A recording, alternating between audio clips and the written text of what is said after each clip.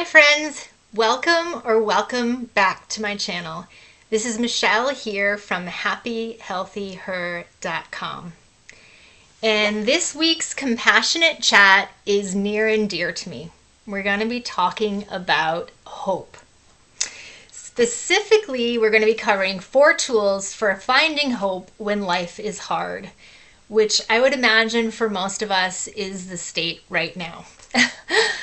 So stick with me. I'm going to share some practical hands-on solutions that you can start using right away to harness more hope in your life.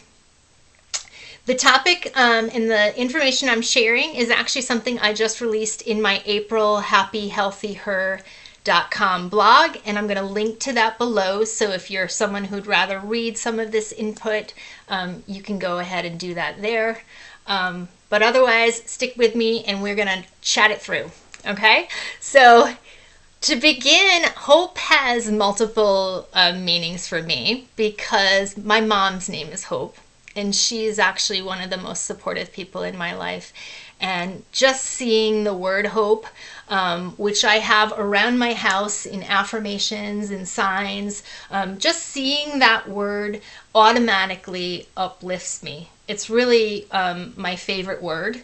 I think it has an energy of its own. And so when we can harness it, we're actually able to increase our own vibrations. So literally, I do think having hope in my life has raised my vibrations, improved my health, and helped me to attract more loving connections into my life. By having hope, things really always seem to be able to improve. So after going through my divorce, I had an unwavering sense that I was meant to find true love and that I would find it. And lo and behold, I did finally find it. So we've talked about this before in terms of the power of belief. And that is why I think hope matters so much to me. Hope is actually believing that life can always improve and get better. And I think harnessing that, again, is really powerful for changing even the most difficult situation. And so on that note, you probably have noticed that we are living in some really dark, chaotic times. And it feels like the state of the world is just in constant flux. It can feel very negative. And when we're in that kind of state, it can be difficult to find hope. So that is why, again, it's so important to really work on this and use your tools to lift it and harness it in your life. So I do hope that these tools will help you to find support and sort of get to a more positive headspace if that's something that you need. So the first tool is to maintain perspective. One of the things I try to remind myself all the time, and I actually find myself saying all the time, is that life is hard for everyone. I mean, if you're someone who's empathetic and really paying attention, you'll realize that that's true. I don't know anyone who doesn't have difficulties. And I think most people are in a constant state of trying to improve their situation. And oftentimes, especially with the economy the way it is, and with all that we have been through with the pandemic, it feels like we're slogging through mud. It feels like it's really hard to find the positive. We get very consumed by negative. So I think it's helpful, though, to kind of get perspective that we're all kind of in this. We're all going through this. If you're thinking like, oh, it's woe is me, it's just me, I'm doomed, and not realizing that this stuff is actually happening to everyone else, it actually takes you out of a place of hope and it puts you more into a place of despair or victimhood. And that's really not going to be healthy for you. It's important also to remember that just because someone looks like they've got it all together doesn't mean they do. I mean, social media is sort of a mirage. People are always showing you their highlight reels. And really, a lot of the people who are the most optimistic and positive, myself included, are not going to show you our depressed face. We're not going to be Debbie Downers. We don't want to do that. And so we're oftentimes going to try to show up and be positive. It doesn't mean we don't have our own struggles. I think that's the true nature of empathy, is recognizing that everybody has challenges. I know you probably heard the expression, mo money, mo problems. Well, that's very true. There's a lot of people who are just living in a state of debt, trying to make it look like they have a ton of money, or trying to have this perception when they really don't, or they do have a lot of money, but even that is its own struggle, because it means a lot of property, a lot of things, and it's just a lot more stress. I live a very simple life, and because of that, I feel like I actually have less problems sometimes than other people, and that's by choice. I choose to live that way. But again, it's a perspective piece. I make choices, and we're all making choices as to where we are. It's very, very important, though, to see that we all have the ability to change our situation and even to change the world. That is sort of the essence of hope, and where we can actually gain more perspective when we're having a struggle. So one of the things I share in the blog is a story about how I received an email years ago at this point, and I was in a very deep, dark, struggling period in my life. I had just had 4 deaths and was really feeling like, oh my gosh, like I'm really in it. And the email was talking about a parable where villagers all went to the town square, and they all, on pieces of paper, shared all their problems and put them into a pile. And one by one, each read each other's problems. And by the end, they were grabbing back their own pieces of paper, because they were realizing their problems were actually not so much better or easier, but they were their problems. And other people's problems are even more challenging, because they're their problem, they're another person's problem. So it's such an interesting perspective to realize that we are uniquely qualified to handle our own personal challenges. And I'm not saying this in like your things happen to you because you're being punished, or that you have to fall into your fate. I'm not trying to dismiss your problems. I'm just, on a higher level, bigger perspective, realizing that when we have challenges kind of come into our life, they usually stack up, and they usually happen over time, and we evolve to them. We learn coping mechanisms. And so again, even though they're hard, our challenges are things that we typically have amassed skills and tools and abilities to actually live with. And again, I always like to think of things on a spectrum, because life really is on a spectrum. And so recognizing that where you are on your path can actually be worse. You know, when you see someone else is struggling, you think, oh my gosh, I'm actually quite lucky because I don't have all those other things that that person has. It puts you into a completely different framework. So I do think that recognizing that life can be worse is just as comforting as realizing it can be better. It's sort of this acceptance that we all are where we are, and there's a certain gratitude to even some of the harder things we have, because relative to other people, they may actually feel easier.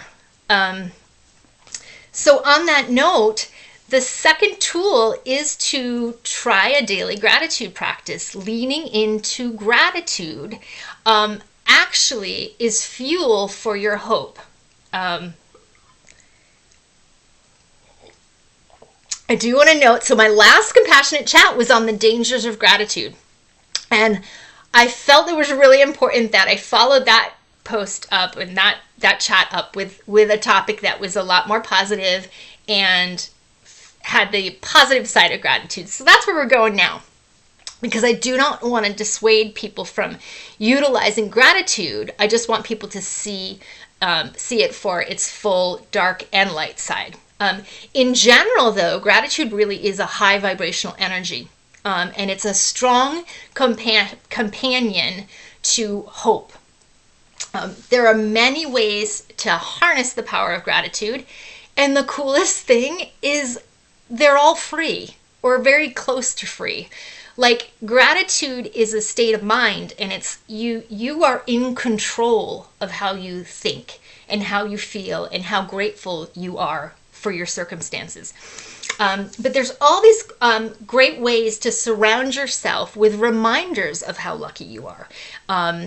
I have a blog where I talk about easy gratitude tools, and two of them that I think are really fun that I have used and have helped me throughout some of the hardest times in my life are, one is a gratitude folder, where I literally have a file folder that has like pockets in it, and it's really cute. I should have actually pulled it out so I could show it to you, but I forgot. But anyway, you can pick a file folder in a pretty color, something that actually perks you up. And inside it, I have meaningful cards. I have pictures that the kids in my life, my nieces and nephews, have drawn for me over the years. I have affirmations. I have letters that people have written to me that are really positive and meaningful. And I'm super sentimental, so I also keep cards and folder and letters in another pouch that I have in a closet that I turn to. If I'm having a bad day, I will just open them up and realize, oh my gosh, I have all this love in my life. I have all these people who have actually been grateful for me, and I likewise am grateful for them. And it's just this wonderful, powerful reminder. Similarly, you can have a gratitude display, which I have that as well in my what I call my healing space. I have a video on how to do a healing space, how to set up your healing space. I will link to that below. But a gratitude display is pretty much what it sounds like. It's just mementos and pictures and cards, and it can be like things from trips that you've been on that you enjoyed and you want to remember. It can just be anything that is meaningful to you. I have loads of butterflies and different things that symbolize transformation and positive change. And so yours will be different, but whatever actually sparks sort of a feeling of gratitude is going to work for you, and is something that can really perk you up on a day-to-day basis when you see it. The other thing is just picking 3 things that you're grateful for right now in the moment. You can do this at any time, and especially when you are struggling, or when you're in traffic, or when you're in a line at the grocery store, or something is going wrong. Immediately go to, well, I love this color blue, and I love this necklace that my partner gave me, and I'm so grateful that I have access to clean water. I mean, just simple things. I mean, you go to your breath. I'm breathing. I mean, that's like a given. That could be number one for all of us all the time. I'm alive. I mean, the list that you could come up with is far longer than 3, but you start with 3 and then you can build on that. I have actually started an active daily gratitude practice using a journal. So a gratitude journal is fantastic. One of my closest friends sent me one for my birthday this past summer, and I am astounded by how much the practice has improved my life. I've always been a grateful person. I've always had gratitude practices, but I never did an actual daily journal where I was handwriting every single day, either in the morning or in the evening, and sometimes both. If I had a great day, I will want to enter my gratitude pieces more than once. But what it does is it shifts your perspective so that you're looking for things to be grateful for.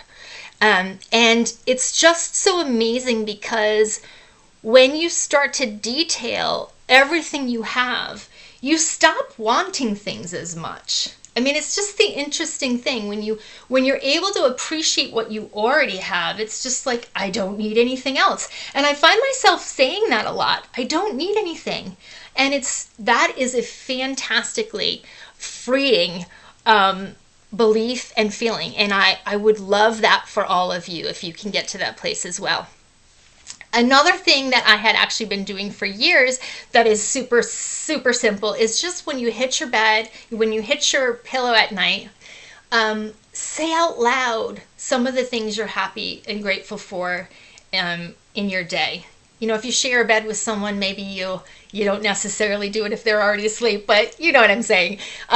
It's a nice practice, and I believe that the things we say out loud are like speaking to the universe, and by saying them out loud, you're attracting in more. You're letting the universe know what it is you want. You're letting the universe know that, hey, I'm open and I'm grateful and ready to receive more of all this good stuff. I think it just has such a nice power to it, and it's so very simple. So just as an aside, there is research from the Gottman Institute. I came upon this when I was writing my book and course, Free from Narcissists.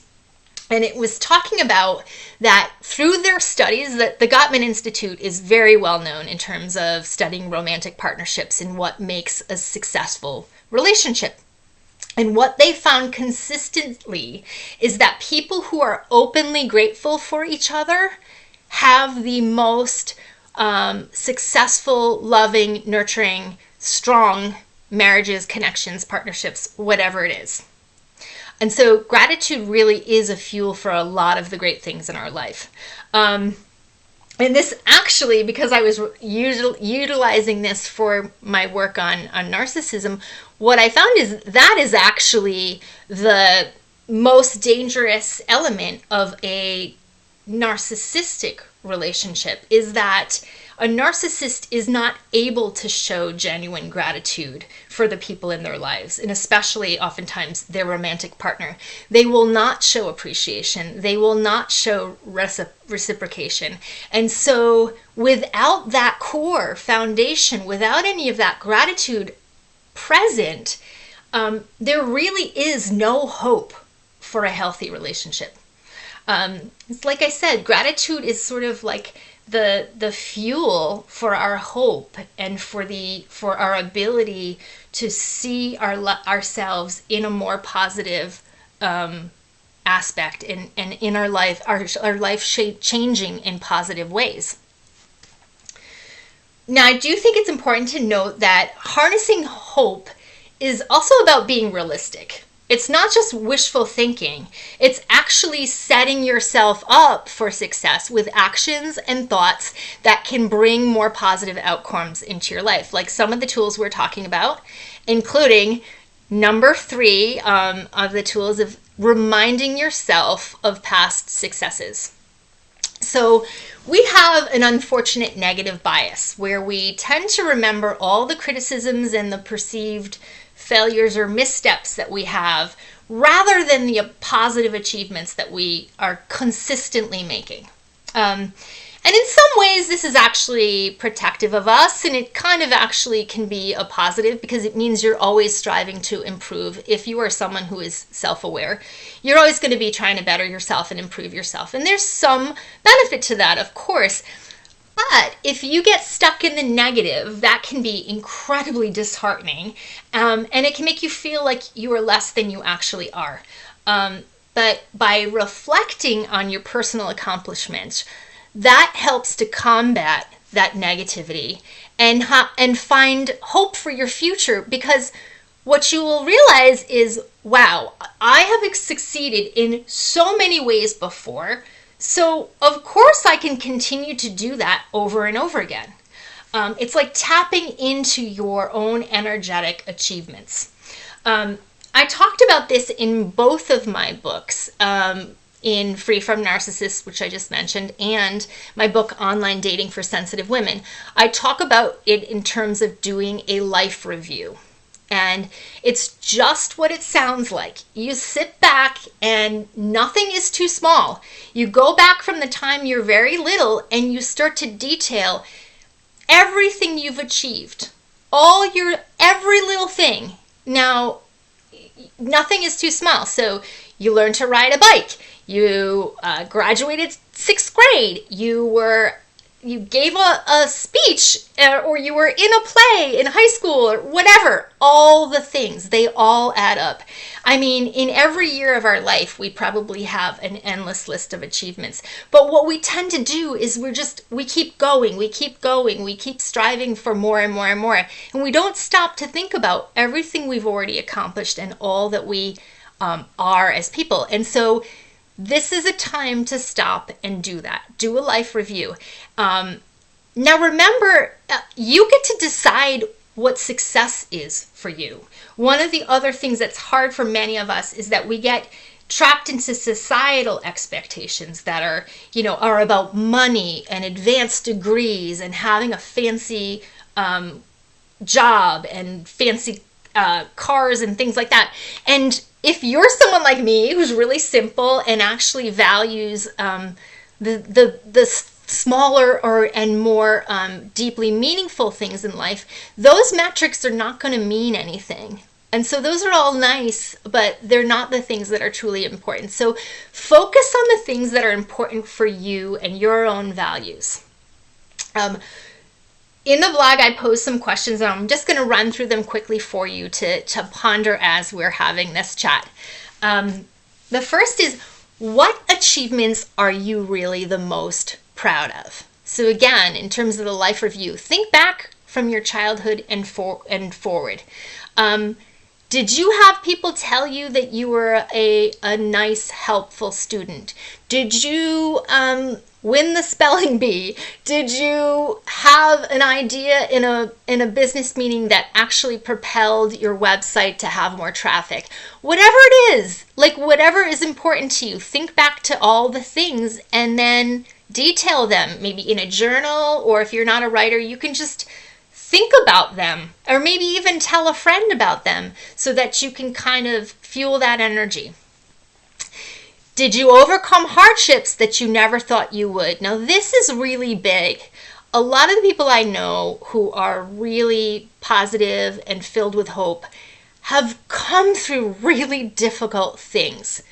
And the beauty of resilience is that it does show you that you can always improve. You can always advance your situation. You have actual empirical evidence that you can do this. So give yourself some credit and remind yourself again of all the things you have already achieved that maybe you never thought you could.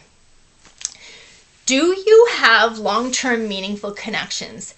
This is a really big deal. I mean, because relationships are hard, and if you have had people in your life that you've been able to maintain healthy, happy connections with, that's a major success. And that is something that we all probably should value even more than we do. The nature of our relationships is really important. What have you created? And I'm talking anything: art, writing, photography, woodwork, delicious meals. There are so many ways that we use our energy to create. And that creation brightens our world. Creation actually is another fuel for hope. Life gets better, our world gets better when we create and we put positive things into it. So think about some of the ways you have done that. It's really your legacy. Your legacy is what you have created in this world. And it might be that you created healthy, loving children. It might be, if you're a teacher, you've actually fueled young minds to go on and create their own world and new things and inventions. So we all have a root to other things that are creative. The last question to ponder is, do you try your hardest? I mean, this is something my mom used to say to me all the time, and I never could see how much value came from that question, because I was an overachiever and I was always so fixated on outcome. But the more important metric is intent and effort and heart. If you're trying and you're putting yourself out there, even if you do not have tangible outcomes, you are still doing some great work, and you are still sort of living in a place of hope. Trying hard is hope at its finest.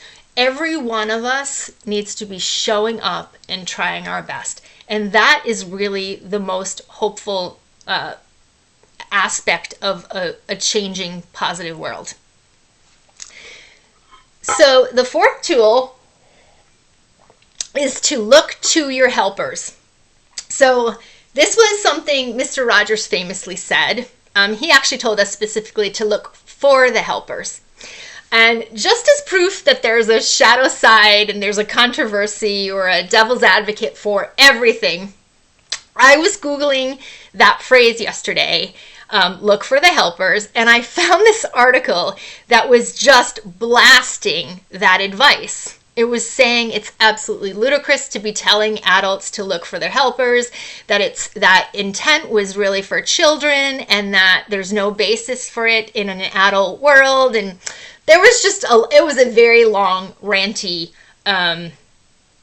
piece. But I mean, it gave me some pause. I see the point. You don't want to constantly just be shirking responsibility. That is not what I'm saying. I'm not saying, try to put all your problems on other people. But there's a very real component to relationships and human connections and support. And we do need each other. We do need a support team. We do need a tribe. And so there's always people who are around you who are willing to offer support and guidance. And when you are struggling at all, it's really important to look for that guidance. It's like you're basically looking for a lighthouse in the dark, and you will find it. I guarantee you will always find it if you are looking for that. Just a shout out to my very small crew. I have a very small crew of what I call my helpers, led very much by my adorable cats. You don't even need to have humans. Sometimes even our pet friends can be our helpers. But it really is powerful. And in finding your hope, finding good, kind, loving people, they are often the fuel of where hope comes from, realizing that there are good people in the world. If you don't have a team, and I've mentioned this many times in my work because it's happened for me, I was in a period where I was surrounded by narcissistic people, and it was so scary for me because I couldn't see a way out for a time. I of course had some of my best, closest core people, but they were all removed from me. Their people are busy, they live in different states, and so I found myself sort of isolated and trapped in what was this, very narcissistic situation. And I started to pray literally every single day for a like-minded group of people to come into my life. I did that for probably a year before I finally found the people. And it was so interesting because I started working at a hospice center, and that's where I found my people. Like-minded, loving, compassionate, supportive people who totally reframed my world. I had started to see that, because when you're around narcissistic people all the time, you start to think the world is bleak and that people are dark. And when I met these other people that were so loving and supportive, it shifted me back toward, no, see, good people do exist. So if I could do this, I really think that this is sort of a universal truth, that when you put out to the universe a prayer for your team and your tribe to show up, and I do suggest you say it verbally. I do think there's power in saying things out loud. When you do this, it may not be a fast thing, but eventually your people will come into your world. I've actually seen this, and it's really powerful, like I said, and it's something I'm really grateful for. If you're not able to do it in real life, find your online tribe. I hope I can be one of your members of your online tribe. I hope this compassionate chat that we do every week will help you to feel supported and connected. I also in the blog share some people who I particularly like to follow, and my tribe maybe not be the same, might not be the same as yours. So suss it out, figure out who you want to follow, who's the people who inspire you, and really connect to those people and you know, heed what they're saying, follow their tips and their tools, and I think that that's oftentimes a way for us to shift ourselves out of despair and get more into a hopeful stance. So just to close this off, I want to have an important note about victimhood. I know when things are really hard, there is the potential to say, yeah, Michelle, yeah, I get it. I hear it. Everybody struggles, but no one is struggling like me. This is a very difficult place to be in. And I've been there. I have fallen into this trap, thinking, yeah, okay, everybody else has problems, but nobody's problems are as bad as mine right now. This traps you, actually. It traps you into a negative state of victimhood where you feel powerless.